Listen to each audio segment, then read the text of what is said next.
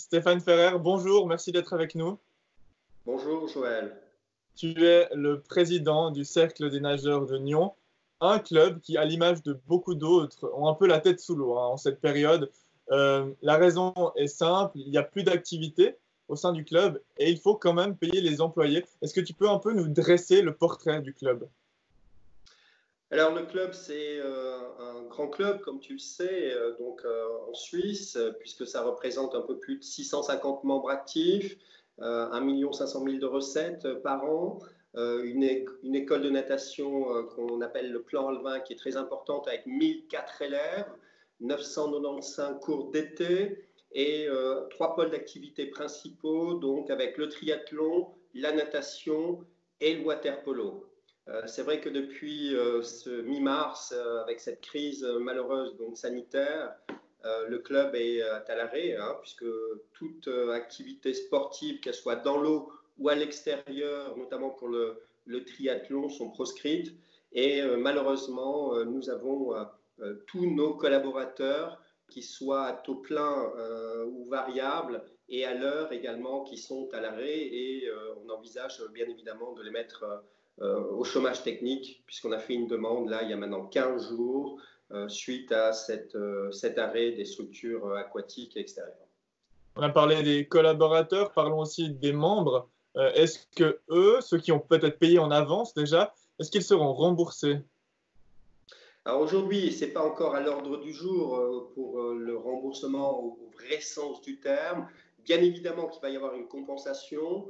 Encore une fois, le facteur temps, j'allais dire, sur la durée de cette crise va être prédominante et fondamentale pour prendre les décisions qui vont s'imposer. Aujourd'hui, on travaille avec le staff administratif, le secrétariat général, la comptabilité et les quelques responsables des différents pôles d'activité pour mettre justement tout en place une politique qui sera soit de faire perdurer ces prestations, soit un remboursement, mais comme tu peux l'imaginer, un remboursement sera financièrement très problématique et très pénalisant pour le CNN. Et voilà, donc aujourd'hui, on n'en est pas encore là. On espère que cette crise sera la plus courte possible. Et ce qui arrangerait les clubs, c'est évidemment, j'imagine, de pouvoir repousser ces événements et quand même les faire durant l'été, afin qu'ils ne soient pas annulés. Dans la mesure du possible, bien évidemment, sachant qu'aujourd'hui, comme toute fédération, il est impossible de s'entraîner. Donc, vous avez vu qu'on a fait avec votre collaboration aujourd'hui une activité workout donc sur la préparation physique générale, donc tous les jeudis à 11 heures. Donc, on essaie de trouver des moyens justement pour parfaire un petit peu à ce manque d'entraînement. Mais c'est un gros problème pour les athlètes. Et surtout qu'il y a des pays, ceux qui font des compétitions internationales, des pays qui peuvent s'entraîner, d'autres pas, d'autres moyennement, etc. Donc je crois que là aujourd'hui c'est un réel casse-tête pour tout le monde. Il y a plus la tête, il me semble, à sortir de cette crise sanitaire et en trouvant les moyens sportifs justement pour rester en forme et voir ce qui va se passer tout au long de cet été. Voilà.